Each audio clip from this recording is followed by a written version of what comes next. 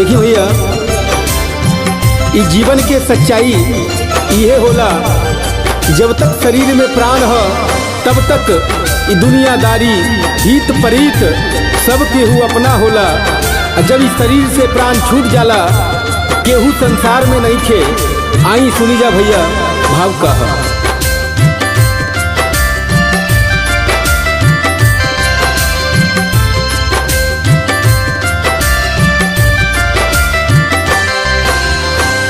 कवन कसूर भइले हमसे, लोग लेके लकड़ी पा धरे राम। कवन कसूर भइले हमसे, लोग लेके लकड़ी पा धरे राम। जौना देहलुतिया से डरे, जौना देहलुतिया से डरे, उहे आज आगिया में जरे राम। जौना देहलुतिया से डरे, उहे आज आगिया में जरे राम।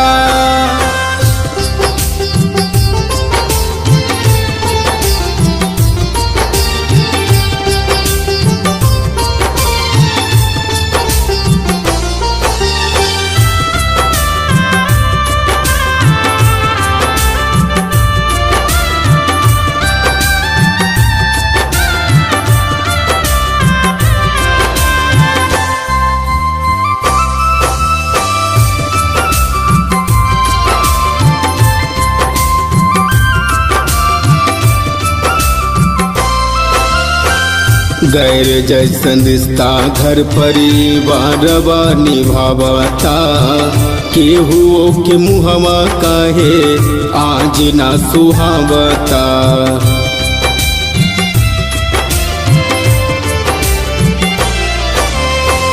गैर जैसन रिश्ता घर परिवार निभावता, केहू के मुहवा काहे आज ना सुहावता।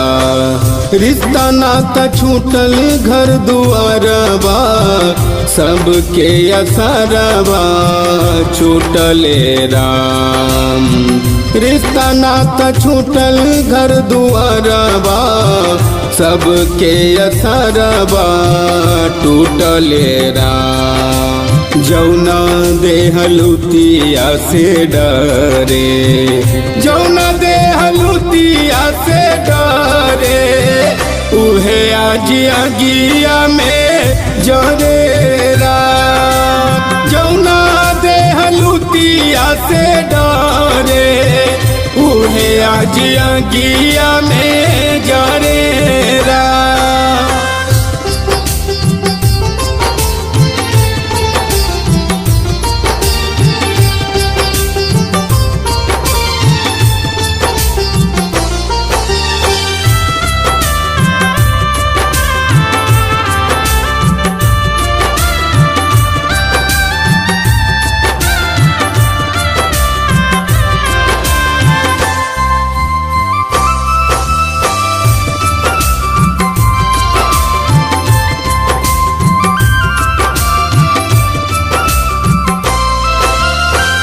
काल तक पूछत रहे दुनिया जहानमा, आज सब बोलता कठोर वचनमा।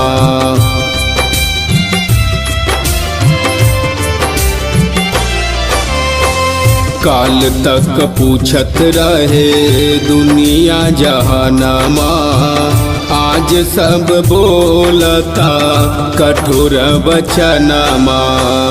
अपने ही जन्मल बेटवा, मुहावा में अगिया धरे राम।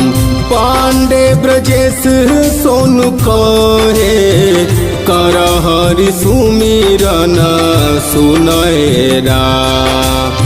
जौना देहलुतिया से डरे, जौना देहलुतिया से डरे, उहे आज आगिया में जरे राम। जौना देहलुतिया लुतिया से डरे उहे आज अगिया में जरे